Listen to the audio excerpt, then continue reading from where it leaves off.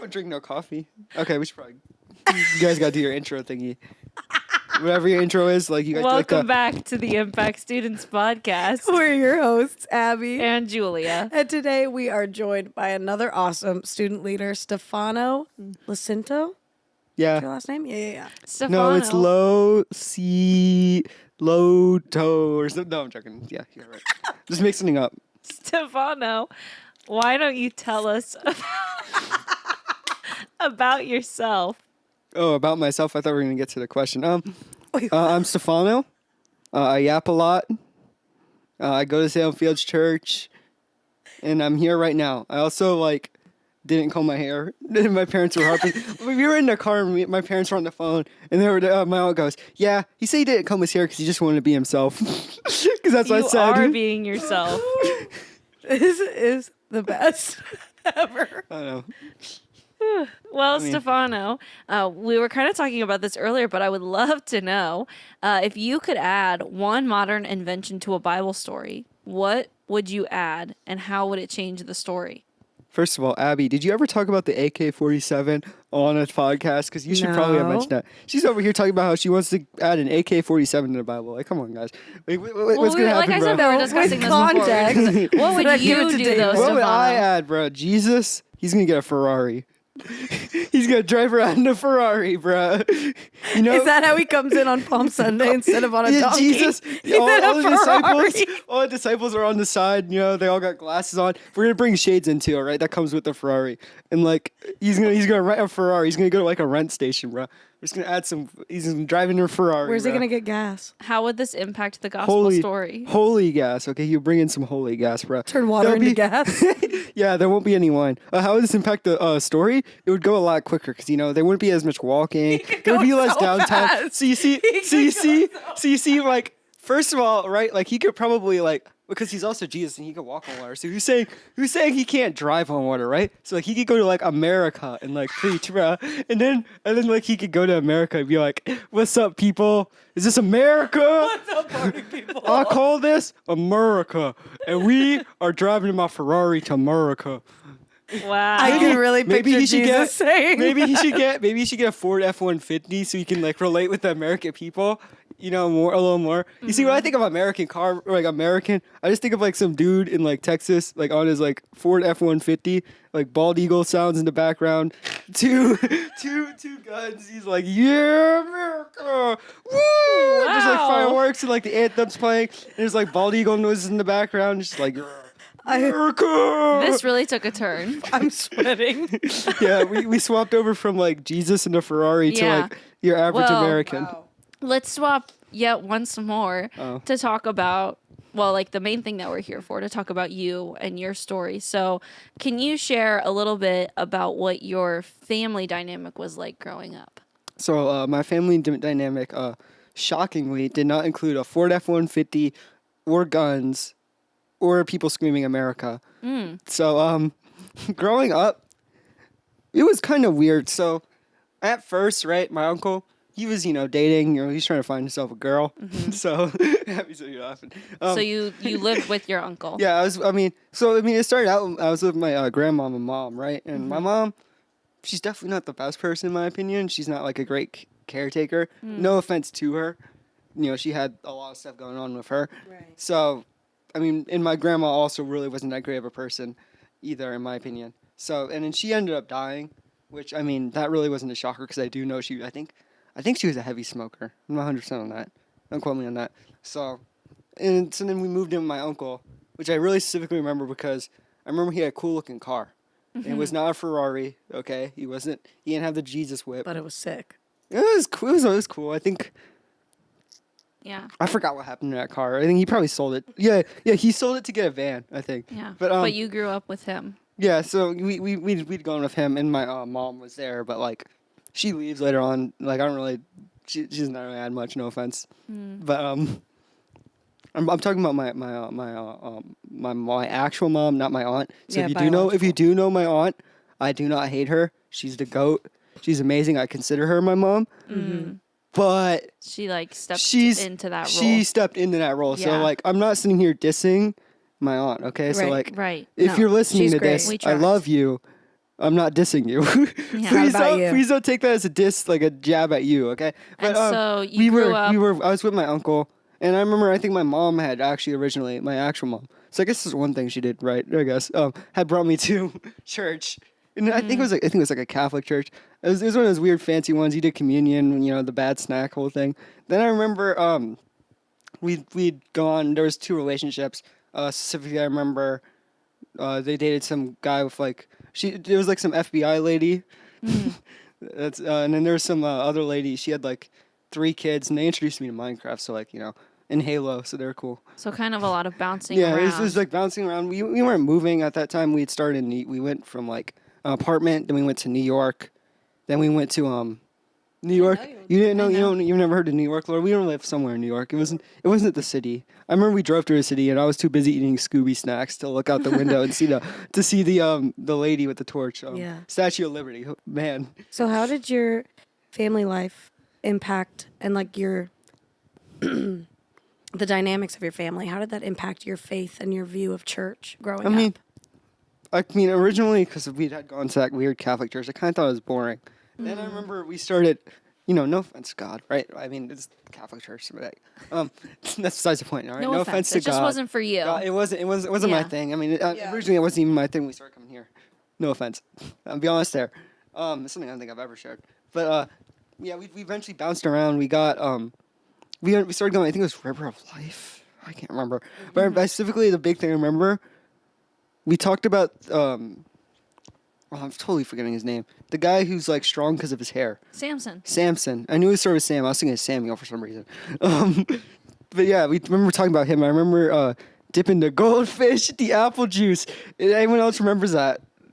Or knows about that? Like ever dipped goldfish apple juice? That's a good great combo. snack. It's a good combo. But I do remember I was kind of like growing that faith. Right. But I mean, I really wasn't just like into it. Like I really wasn't like on fire for God yet. Like I wasn't feeling it. There were other things that had your attention.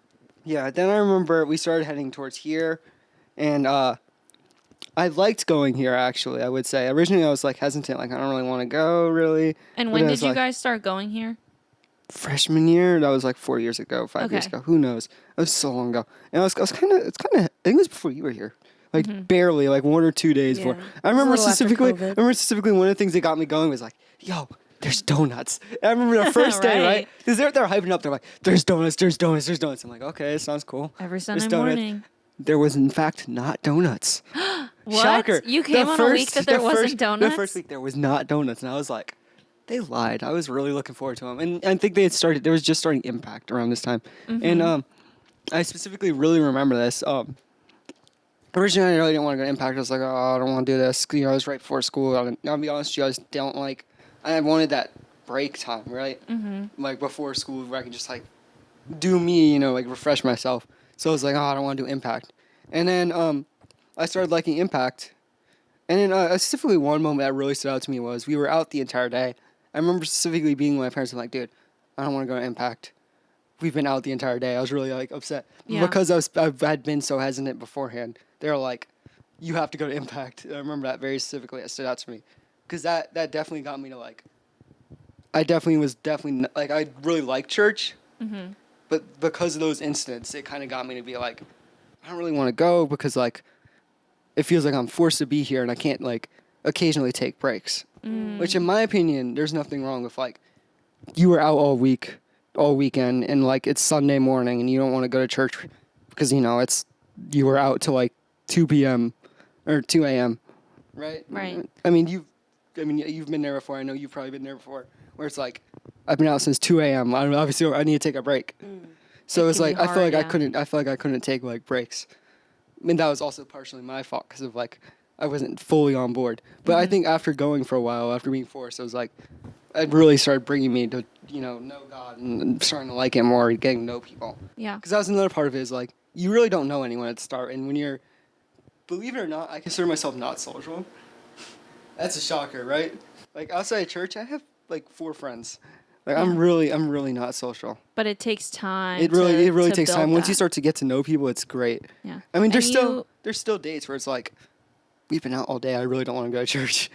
So. Yeah. You said there was a moment though, because what I've been hearing you really talk about is, I was iffy. It was, iffy is probably a good word for it. And you were never sure if this was something you wanted to do. You were going for different reasons and going. Well, I mean, I definitely wanted to go. Like, it wasn't necessarily like for God. It was like, hey, the whole family's going. I want to be right. originally. But like, I mean, the thing was, it was like, there's other times too where it's like, hey, I want to take a break. I've been all day. But like, that's hard to explain to your parents when you're iffy about it, and like, they think it's just like you want to go sit around at home and play video games. Right. What was the moment though? Where that flipped? Yeah. I have no idea. I could not tell you. It just happened. All of a sudden, you were like, "That's it. I'm gonna be going to church because I want to pursue a relationship with God." I don't know when that really flipped. I think it just kind of happened. It really I feel like it really kind of happened for all my siblings. Yeah. The gradual overtime thing. I know that you serve within church. And so how did you really get started with serving? Because you've gone from someone who was like, I don't really know if I want to be here and I want to take a break. But now you serve in so many different areas in the cafe, student leadership team.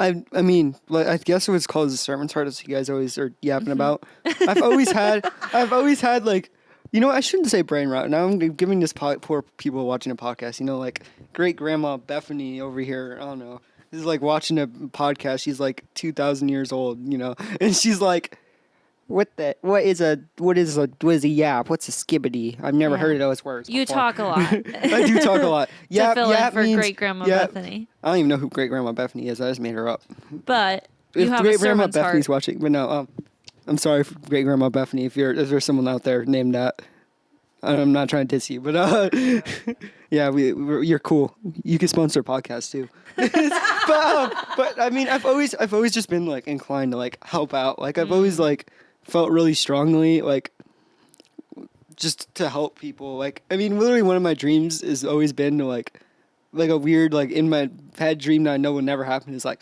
kind of want to like I wish I did like YouTube and something and like I could just have infinite money and just like go around like just tipping so that waiters, you could share I just love like helping people. That's always something I like doing. I like seeing like that reaction on people's faces, like they're happy and they're thankful. And like I've also like I've been there to where it's like I've spent all day doing stuff and like I'm really stressed out. Or like I'll come home from school and it's like I don't want to do anything. I'm stressed out. So it's like I want to be that hope for those people. Like even if I don't want to do it, and even if I'm like lazy about how I do like my serving or like helping, because even like around the house, sometimes I slack when I do chores. I'm not gonna lie, but it's like I always at least try to do something or like do something to help people because it's like I know like you're probably exhausted or like when you're serving around church like you guys, like I'll be helping around there. Like I would help with the worship team, like when they're setting up food, be like, oh yeah, can I help real quick? Because like I know I've been there where I've had to do like everything by myself, and it's like that kind of sucks. And I don't really want to do it. And also, I guess maybe even part of it might even be seeing my uncle, because I know he does that a lot too, where he's always like, I'm gonna help, I'm gonna help, I'm gonna help, I'm gonna help. Yeah. So having that, first of all, that heart is what I'm hearing. You have that passion to help others. You've experienced needing help in things or wanting help. And so then not having that help even. And then you've seen it modeled in your life through people who are close to you. Mm-hmm. Yeah. And I mean, personally, I've always just believed like, hey, you should try to help, even if what you're doing, like even if you trying to help, like I feel like even if it like hurts to a point, like don't try to help. Like I mean, like if someone on the road and it's like you don't know like CPR and it's like I can do CPR, like please don't do that. But like help like, within where you're able to help. Or even if it's like it's something you maybe aren't like the best at. Like say like you suck at sweeping for some reason. I don't know. Sweeping's not hard. If you suck at sweeping, like you should come to church. We can show you how to We'll sweep. teach you how to sweep. Actually, that's kind of hard. I went to work. I was working as janitor. Fun fact. I sucked at sweeping. I sucked at everything there. I couldn't wipe down a table. Like I struggled with wiping down a table. That's okay. We all learn. I genuinely did not like. I mean, that job was iffy about that job. I was thankful I had that position. Would I want to do that my entire life, be a janitor? No. So, you talked about like you serve and you like to help people because you know what that feels like to need it and to need somebody there. We know that you've been through a lot of challenge in your life and loss. I mean, I'm still going through challenges now. Right. But you've experienced at a young age, a lot of challenge, a lot of loss. Mm-hmm. What helped you hold on to your faith during those times of challenges and when you're facing loss, facing things that are really hard?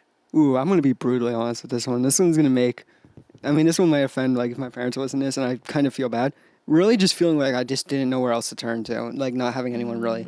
Like, not offensive. my, We my, get it. I mean, my parents, like, I love them dearly. They did their best.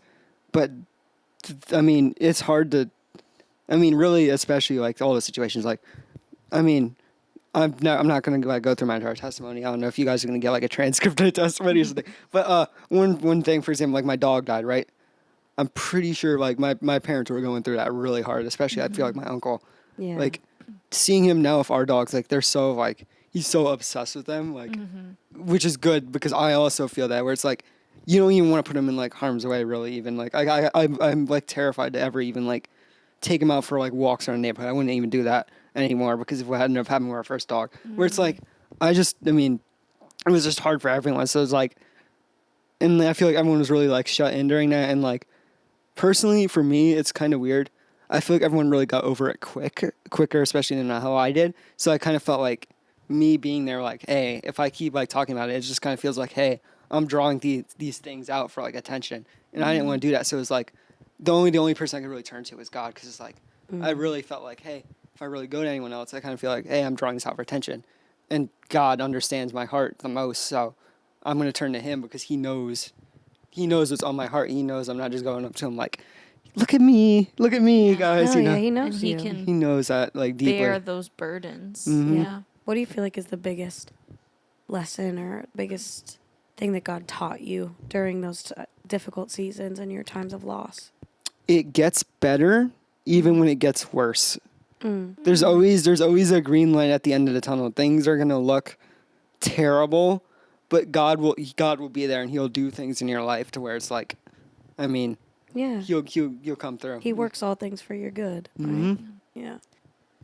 I got to be a part of a great moment in your life and in your faith journey when you made the decision to get baptized. Oh, I know what this question is, and this question is not going to be what any of y'all are thinking it's going to be. Oh, Mine- You should well, ask the question. Ask the think question. it might be what I'm ask- thinking. Yeah, I was just gonna ask, why did you decide to get That's baptized? different. I thought you were going to ask a different question about what No, the no, most no. memorable part is. You should ask that after. Oh, That's a okay. fun one. We'll ask you that. I think that we're thinking the same Yeah. thing. You probably are thinking the same thing. I was gonna ask, what made you decide what to made get me decide? baptized? It just kind of happened. Like, I mean, my cousin Jordan was getting baptized, and I was like, I was considering doing it, but part of me was like, I want to let Jordan have this moment for himself. I want to let him get baptized, and I mean, I was like iffy about it, and then I decided, like, last minute, I'm like, we were sitting in a room. It was raining outside, I believe, because I remember it was quite loud and everyone was really distracted by the rain. We were supposed to have, like, a prayer time. It's like, all right, guys, we're going to play some soft music. And, soft music, and it'd be like soft music playing. Boom! Yeah, Thunder! thunder. It's like, and I think you had said, like, go to the back and go talk to Pastor Carrie. She's a pastor here. I don't know if she's Yep. ever been in a podcast episode. If you guys want to go sign up to get baptized. And I just kind of felt really tugged, like that tugging at your heart. Where it was like, I was afraid to, but I decided, someone just drove by and their music's like boom, boom, boom. It's funny. It's I hate when people do that. So you went and talked to Carrie. I ended up going to talk to Carrie. And what really, like, prompted that? Because you said you were thinking about doing it, but then you weren't sure. I mean, I was just iffy, and then, like, it was that tug that made me, was like, okay, this is what I need to do. Yeah. This is the next position where God's telling me, hey, you gotta go there, you gotta go do it. Yeah. So it was just like, okay, that's what you want, God, I'll go do it.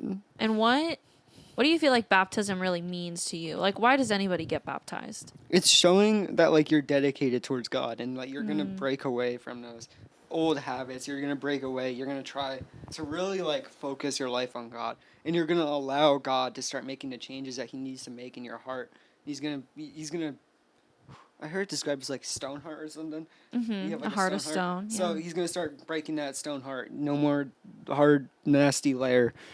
Yeah. He's gonna improve you, and you're just, like, telling God, hey, you can do that, and I'm showing the world, hey, I'm allowing God to do that. And I think once you get baptized, especially, that's where, people know you're truly a believer. That's where people are gonna even come up to you and be like, hey, you gotta watch that. You shouldn't do that. Yeah. Even so, you're telling people, hey, I believe in God, and I'm ready for God to start making those changes in my life, and I'm open to, like, improving myself and doing everything for God. Yeah, I like that. You're saying it's a public declaration of an It is that inward public. decision. Yeah. I also like the part you said, I'm also showing people like You you come can hold me criticize me. accountable to this Right. too. And this is, I'm showing you that this is a choice that I've made and I need your help to keep me on that journey. I really like that layer that you've added. Well, just for fun too, what was your most memorable part of your baptism? Okay, so I would do this again in a heartbeat. I actually almost went up to do it again, jumping off the stage. Oh, that's not I what went I to thought jump you were off gonna the say. stage. Boom! Hit the floor. That's Yes. what So I thought you were lucky. gonna say. And then I got to do it again, and my parents were like, "No, no."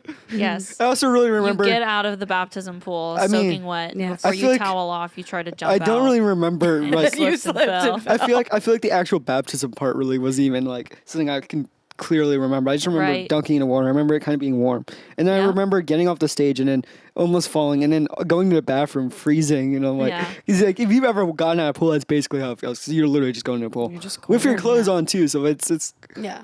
Yeah. It's a whole Well, thing. since you've started coming back to church and been baptized, and there's so much change that's happened here in your life, we've watched so much growth and so much change, and you serve, and like Julia was saying, you serve in a lot of areas. So not only in the cafe, but you're on our student leadership team, and I'm curious to know how the student leadership team has impacted your confidence and your faith journey. Oh, this is such an interesting question because people be saying like, you've changed so much, and it's weird because it's like, personally as a person, like I can look back, and because of how recent that time is, it's like kind of weird where it's like, I changed a lot. Like I remember going through like old text messages, and it's like, oh, I said that stuff. That's cool. Yeah, I mean, I would it's not never even say like- that now. I mean, it's Yeah. just like I feel like I would say a little bit less of the stuff I would probably be saying then. Yeah. Like I feel like, I mean, just looking back, it's like change. But my confidence, I don't know if I even have. I mean, I'm not a really confident person. I'll be honest with you.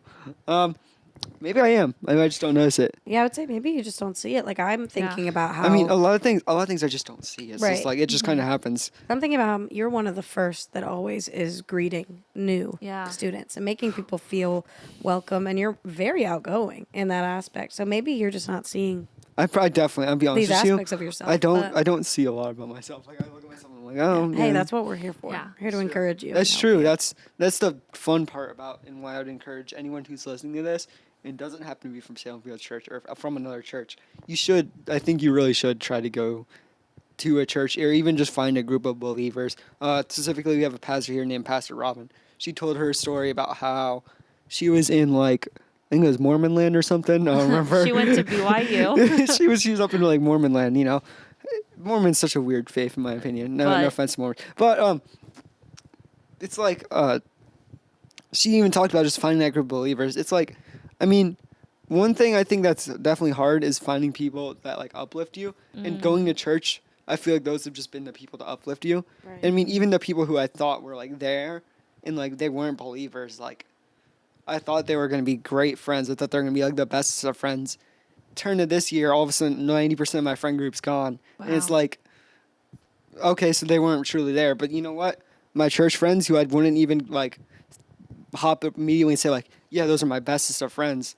They've always, really just been there for me. And it's like, Yeah. even when it doesn't seem like it. So I would really just recommend going to church because like everyone at church, they're really kind. Like it's just like you gotta get to know people, especially in like the kids, the younger people department. Because like I feel like a lot of people, especially in the older department, I feel like there's a lot of like, oh, I'm coming to church because I want to be saved, but like I'm kind of lukewarm. Specifically when you're a teenager, I'd really recommend just going to church because like I feel like a lot of those people, they're really passionate, especially high schoolers. Yeah, you're seeing a lot of growth and a lot I've of seen change. that so much in that church, A lot of passion. specifically with the high schoolers, man. Yeah. I've really just noticing that with high schoolers because they have that option too where they can go to main service. They're not like forced to go over to teen. So I feel like those people, they really want to be there. So Yeah. I really would just recommend, like if you're a teen right now, you should really go to your youth group. Yeah, you should. She's trying to and plug. For you, yeah, shameless youth group plug. For you, though, one thing that we've also seen that you've grown in and become really passionate and also I'd say gifted in is prayer. You're also one of our students who always volunteers to pray. And I've seen you praying with students, like when we have response times and things like that you've prayed in your groups and things like that. What would you say makes prayer impactful like as someone who's praying over people? And then, actually, yeah, we'll start with that. What do you say? What would you say makes prayer impactful? Okay. Imagine. Oh no. Everyone tap their pockets, right? What do you got in that pocket right now? It's like it's made of like really dangerous like radioactive thing. Like it's kind of not the safest. It's called a phone. Oh. So it's like when you put your hands together, that's like dialing up God, right? So you're literally just talking to God, right? Like that's what makes it so impactful. You're literally just talking to God. It's like having God in your contacts, bro. Like it's that easy. It's that You literally easy. just get to go talk to God. Like you're telling me you wouldn't want to take advantage of that? Yeah. You get to go talk to like it's literally like talking to your dad if your dad was like just always available. Always to talk. available and like he could like help you through things like Right. and knew everything. Yeah. It's just like a better dad. That's literally what God is in my opinion. He's just the like best- he's the best best dad. dad, bro. Yeah. So And how has prayer impacted your relationship with God and your faith in God? Just being able to talk to Him like that, to the best dad. I mean, you get to talk to God. I mean, in order to build a relationship, you have to be able to talk to God. You have to be able to talk to someone. I can't build a relationship with, I don't know, Billy Bob in North Korea if we can't talk to each other because, Yeah, how are you you'll gonna never call meet. I can't call him. I can't text him. Can't do anything. How are we going to become better friends if we don't talk to each other? You're going Yeah. to become bad friends, So talking to God it allows you to build your relationship. And it allows you to even say stuff like, hey, God, whatever you want to do in my life, do that for my life. And that's going to start. Because you have that relationship you can trust and can trust. surrender to His will. And you can even just like say, hey, God, going through something right now. Can you help me get through that? And you can just know like, hey, he hears you. You don't have to pray to him. He just knows. But like, I feel like praying to him that makes it more like concrete. Yeah. Yeah. Yeah. Even if he already knows and like he can already knows like, hey, you need help through this. Like, I'm just going to help you through it. Even if you never pray to him, you can still do it. But like, I just feel like praying to him just adds the extra layer where it's like, now that I've told him, I know he knows and I know he's going to Right. do Yeah. what he needs to be And he done in wants my to hear life. from you. He wants to hear from your mouth. Absolutely. So I feel like the more that, we've seen you and your growth, and we've seen a lot of ways that God has gifted you over the years, we've seen those develop the more that you're in relationship with him. But I want to know how you feel like God has uniquely gifted you to serve and play an active role in his church. Where do you see your giftings?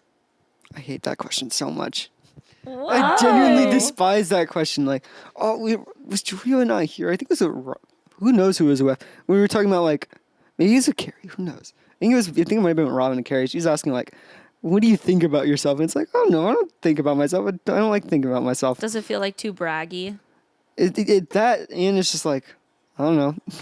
Yeah. It's like I really just don't know. So that's just it. Also, again, it feels braggy, and I mean, I feel like without trying, I end up coming off as a braggy person. I really just don't want to come off as a braggy person. That's something I've always felt really uncomfortable about when like something happens or like I do something and I come off braggy, and it's like I've never thought of you that way. it makes me Yeah. feel so uncomfortable. I feel like all my siblings think that. It's like I don't want to come off that way. I've Right. always really just felt that way with people. Well, we've touched on like, you've got a servant's heart and I think the servant's you're heart's encouraging, you pray. the serving one's really like that's probably my favorite. I mean, I can see that even. I mean, just it feels like I don't know. I don't know. Can you repeat the question? Well, it was Yeah. just sort of like, well, yeah. Where does Yeah. God like see me? How do going? you feel like we see a lot of gifts in you and a lot of ways that you How do I develop, feel God's but how do gifted me? you feel like God's gifted That you? servant's heart. That servant's heart is Yeah. like that. That's the thing for me. Yeah. Servant's heart. Absolutely. I mean, like that's very evident in your life. You're always the last to stay, to help clean. After That's not always events, true. and- that's what Well, I say. if you usually try. I mean, yeah. if it's in You your do control, everything you try. in your power. I mean, yeah. to That help. depends. That heart depends on like what the day is. Like if I have school right after, it's like. Yeah. I mean, sometimes we'll be with our siblings. I'll be with my siblings, and like my cousin's there, and it's like, dude, it's 8:40. Can we please go home? I'm so tired. Yeah. I want to sit That's down, fair. maybe like do something real quick, and then go to sleep. Like I've been trying, especially to go to bed at like an hour earlier, because for some reason I always have to go to the bathroom like repeatedly over and over again. I genuinely hate So that. you're trying And to it get makes your me sleep feel schedule in order? I've been really working on that because I feel like I always just gotta go, and it's like I don't have to go, but then I do feel like I need to go again, and it's Oh like, my and then all of a sudden goodness. it's like, 11:30 at night, and it's like I'm going back to the bathroom, and it's like this is so annoying, and like it looks so bad, You and like gotta get it my uncle's gonna come together. downstairs, he's gonna be like, "Why are you up at 11:30?" It's like I go to the bathroom, I'm like, I'm sorry, I hate this too. Please don't yell at me. Please don't. Oh my- Please don't walk out of your room and be like, "Stefano, why are you up?"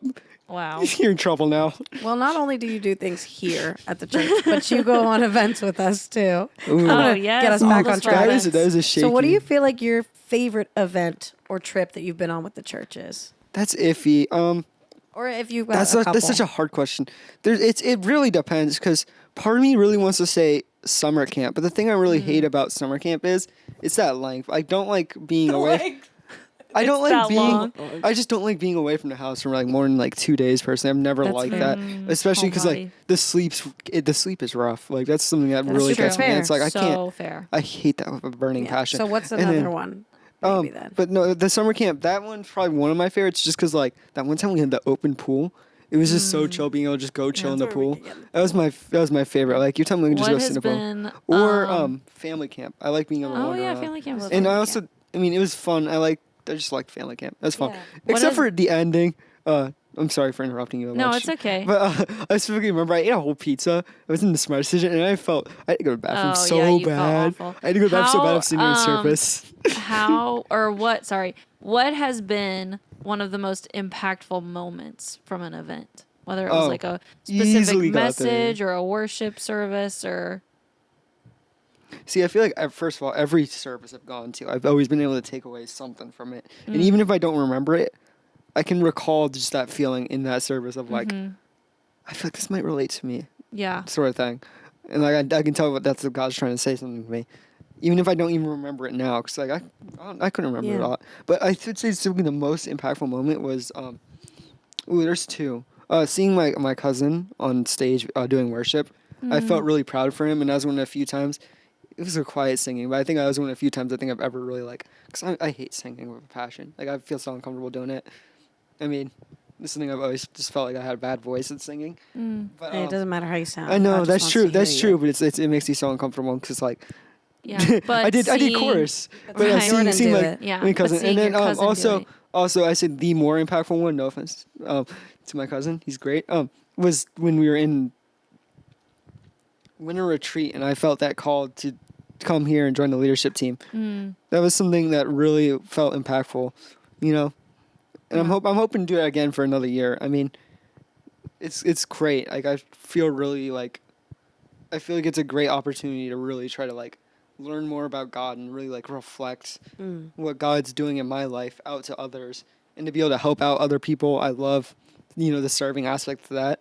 I kind of wish we would expand that because a lot of times I feel like Yeah. in this I feel like we're not doing like I feel like we should be doing like so much more. That but it's servant's like heart. but it's like I also know part of that is it's like, hey, I can't drive. Like, how am I going to get there? And then it's also it Yeah. can be expensive to do that sort of stuff too. So Yeah. Well, that's perfect because one of the questions that we wanted to ask too was how do you hope to keep growing in your faith and in your leadership moving forward? I mean, I want to join the leadership team for one last year. Obviously, Right, That's my senior big year. hope. I'm hoping I don't get kicked because we have too much members or something. Yeah. You never know. Maybe I'd mess up. You never know. Hopefully not.